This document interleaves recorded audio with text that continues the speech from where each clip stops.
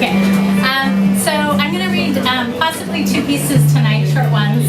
This first one is, like Evan mentioned, it really does touch on the themes of motherhood and trauma and fear. And I find writing about these themes helps me to sort of metabolize them, so I'm less just reactive in my life. This piece is a bit graphic and kind of dark.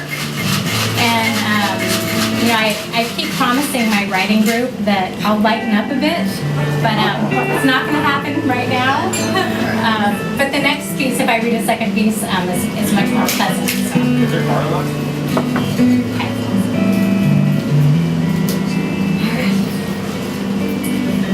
Shit happens when you least expect it. You'll be going on with your day, and you get blindsided, and it's not your fault.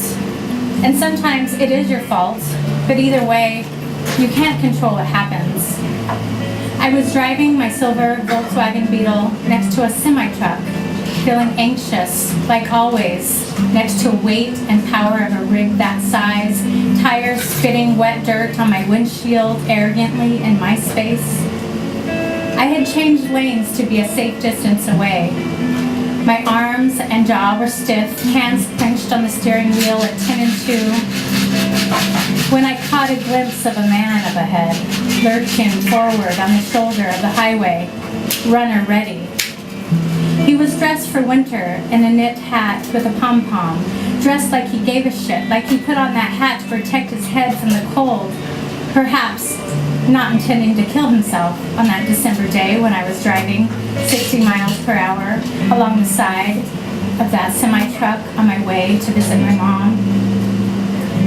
The man timed his sprint into the highway perfectly so that the semi-truck would hit him. The semi's brakes pounded like a machine gun, causing my entire insides to take cover, to shield itself, to not look, but my eyes stayed open. Oh God, why did my eyes stay open? On impact, the man's body flew horizontally up the highway, bony legs left lifeless in faded blue jeans, his arms folded across his heart, perhaps in a split-second regret. And what happened then was a slowing of time. The man's body flying sideways up the highway, suspended gracefully in the air. A corpse pose. My eyes stayed fixed on him as we passed each other on the highway, and I continued to drive. I looked in my rearview mirror, and I saw all the traffic had stopped. I leaned into my steering wheel, every part of me shaking towards the rocking, nails biting. Holy shit, holy shit.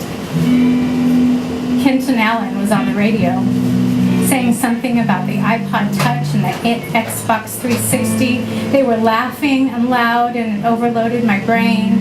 I didn't see the highway in front of me. What I did see, replayed over and over for the next hour drive, was the man's body pushed up the highway in midair. I saw it until I arrived on my mom's doorstep. She said, "Hi, honey," and I said, "I just saw a man get hit by a semi-truck." And then the tears came. Maybe they came at that moment because I said it to my mom in the past tense. I saw the man get hit by the semi-truck, as if somehow the past allowed my body to know that it wasn't still happening, that it was over and safe to feel it. "I need to call the highway patrol," I said. "It wasn't the truck driver's fault. They need to know it wasn't his fault. He was blindsided. He couldn't have stopped it. No one could have."